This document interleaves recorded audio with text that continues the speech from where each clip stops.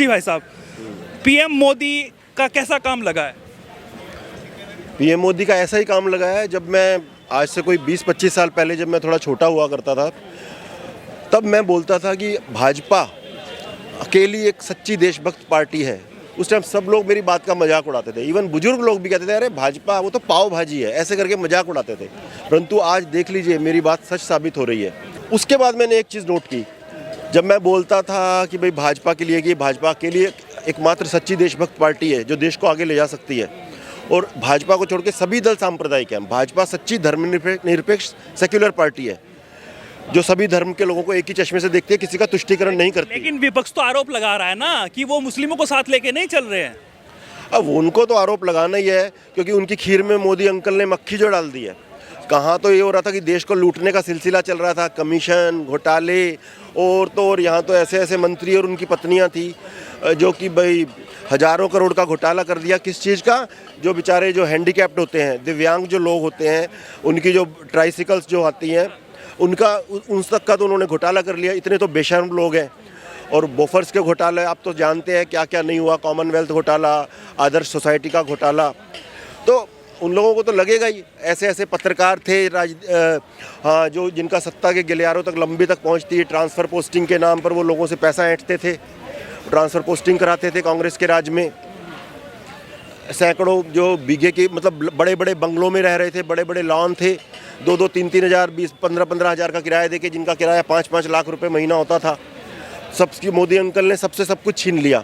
उन्होंने कहा इस देश का पैसा है, जनता का पैसा है, जनता की भलाई में लगेगा।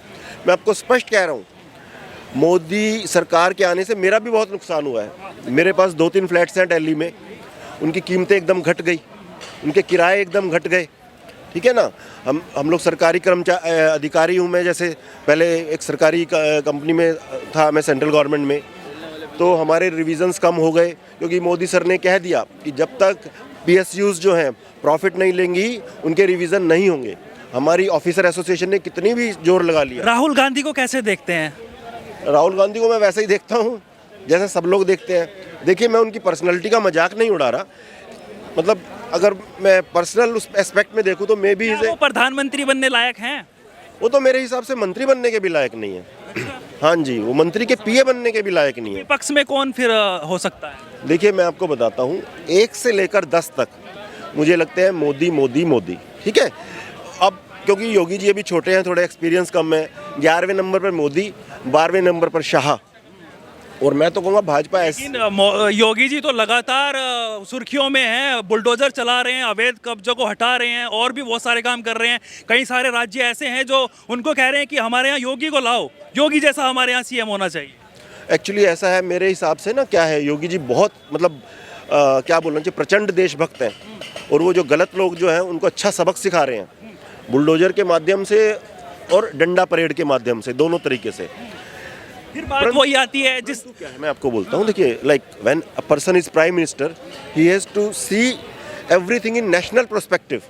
तो उसके लिए मैं सोचता हूँ कि if at all like he gain some experience, because he is very young.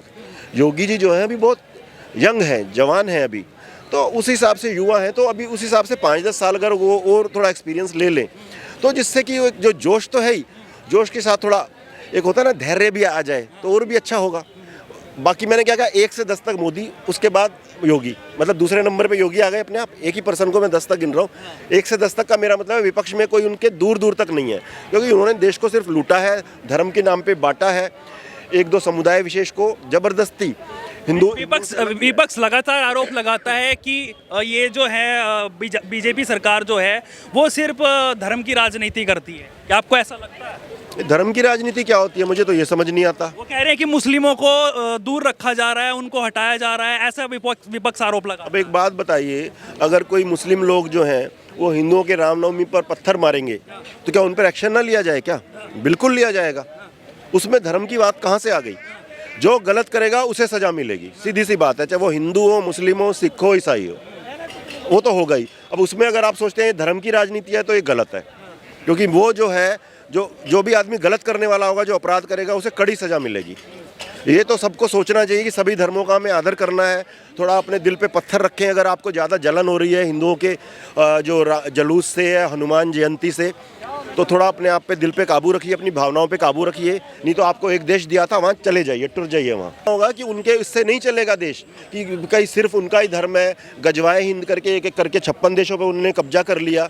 ऐसे यहाँ नहीं चलेगा, क्योंकि अब मोदी योगी आ गए हैं, इसलिए अब उनकी खीर में मक्खी पड़ गई है। अगर जो ये सोच के इस देश में बैठा है तो वो बहुत मुगालते में है।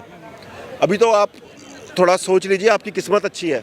कुछ ऐसे देशभक्त लोग हैं, अगर उनकी मोदी जी से मुलाकात हो गई ना, तो वो उनको ऐसी रूपरेखा तैयार करके देंगे कि इसके बाद आप लोग ना बिना चूंचा किए फुट्टे की तरह सीधे हो जाओगे। शांति से रहोगे तो ये आपका देश है, दूसरे धर्मों का आदर करोगे तो आपके लिए है ये देश। बट अगर आपने टेढ़ा किया तो फिर आपको जो है ना मोदी सरकार और टेढ़ा बन के दिखाएगी फिर। हाँ जी।